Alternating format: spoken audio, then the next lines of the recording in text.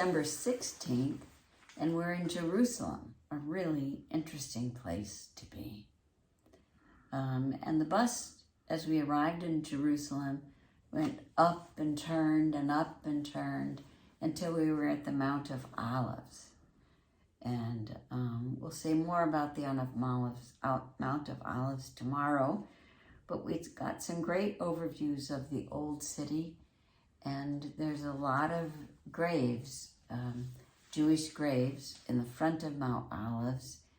The belief is that if you're closer, that the Messiah is going to come and go through the Golden Gate, which is opposite Mount Olives, going into one of the walls, through one of the walls in Jerusalem, and that if you're buried there, you'll be among the first to go through with the prophet. And our guide was so funny. He goes, and I say, what's the rush?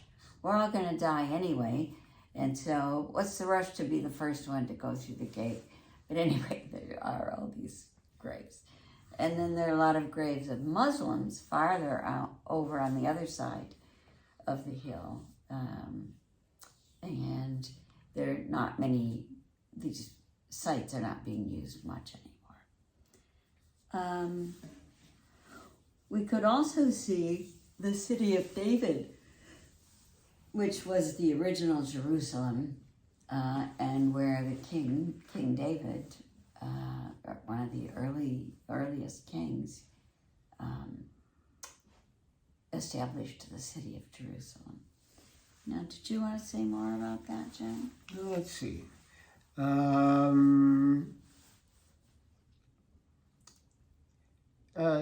Not really. I mean, I think one of the things that impressed me was starting to get a sense of the geography and how Jerusalem was on one hill and there was a valley, and across from that was the Mount of Olives. And in tomorrow's talk, we'll look at Gethsemane, the gardens, which are on the Mount of Olives, and also look across. And we could see another hilltop, which was Mount Zion. And so the geography is much more compressed than when I thought of it before. I mean, it was, it'd be a walk, but not an hour's walk from one of these points to another. Right.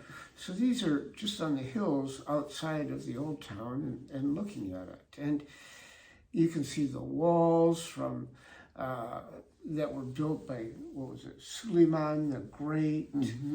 And the walls go all around the old city. It's really something. Yeah. With these big ornate gates that you go into the city through the gates. And of course, much is built up around those gates now. But right. Anyways, we then took the bus around to the other side of the city to a place called the Jaffa Gate, because that's where the road that went towards Jaffa came out of the city. And we walked into the city just a little bit to get some to get a sense of some things.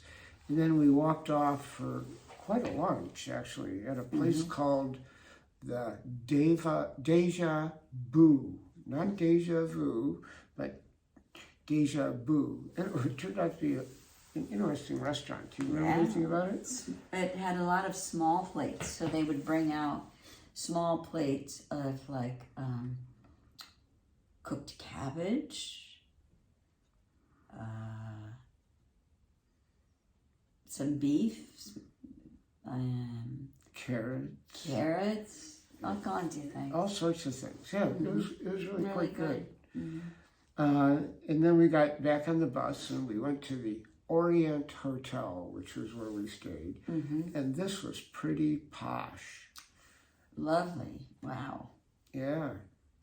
And we checked in, and then some of us we took a taxi over to the far side of town because we didn't feel like walking.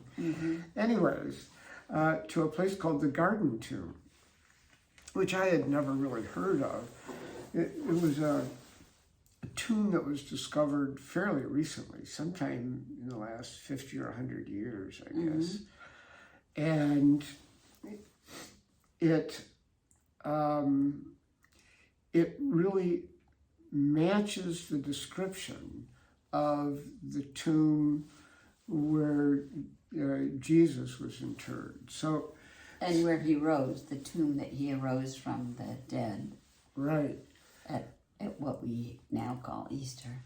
So tomorrow's video will show like the Church of the Sepulchre, which is super fancy, and it's from the medieval times, and it's just very ornate, and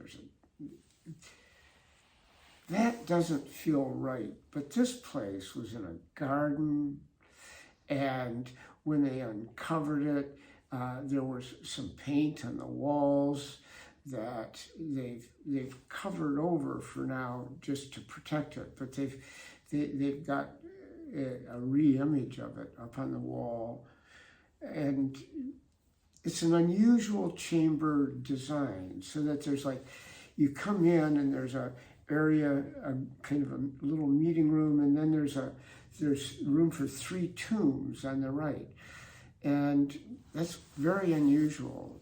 It's the only one like it in the area, and yet that seems to match the description in the Bible. Yeah, and there's a place where stone could be rolled away from the doorway. So, yeah. Although the doorway, when you see it, has been enlarged since Jesus' day, if that was his tomb. Right. Which they speculate that it was. But. And there's also, right behind it, there's this hillside where they stopped quarrying because the rock got too soft. But there's these caves that natural caves that were there. And when you look at it, it looks like a skull.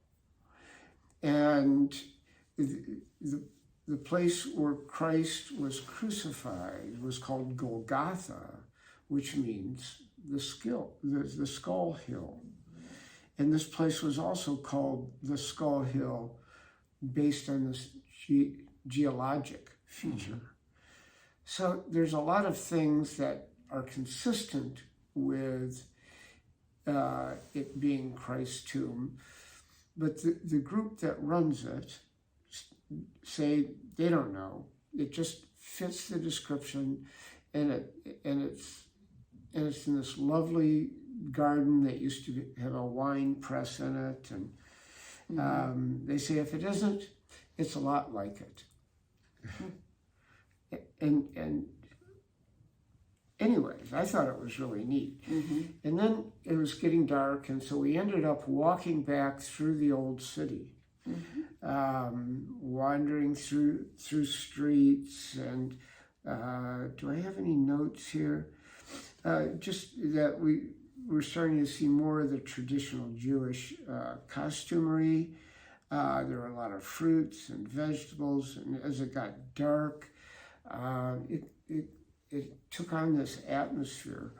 There was one guy playing this musical instrument that I can't remember the name of.